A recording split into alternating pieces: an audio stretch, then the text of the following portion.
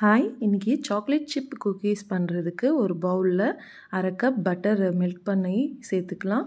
அதில் 1/2 teaspoon vanilla essence, 1/2 cup brown sugar, 1/2 cup white sugar ரெண்டையும் சேர்த்துட்டு எல்லாத்தையும் மிக்ஸ் பண்ணி எடுத்துக்கலாம் இந்த மாதிரி பீட்டரில். இப்போ ஒரு சீவ் வச்சுட்டு அதில் 1/4 கப் மைதா, 1 டேபிள் ஸ்பூன் அளவுக்கு கார்ன்ஃப்ளவர், பேக்கிங் சோடா 1 டீஸ்பூன் சேர்த்துட்டு சலிச்சு வச்சுக்கலாம் தனியாக. இப்போ இதில் ஒரு முட்டையை சேர்த்து நல்லா பீட் பண்ணி எடுத்துக்கலாம். இப்போ ரெடி பண்ணி வச்சுருக்க அந்த மாவை இதோட ஆட் பண்ணிவிட்டு ஒரு ஸ்பேச்சுலா வச்சு நல்லா கலந்து விட்டுட்டு ஒரு 1/2 கப் சாக்கோ சிப்ஸ் எடுத்து வச்சுருக்கேன். இதை இப்போ ஆட் பண்ணி எல்லாத்தையும் மிக்ஸ் பண்ணிடலாம்.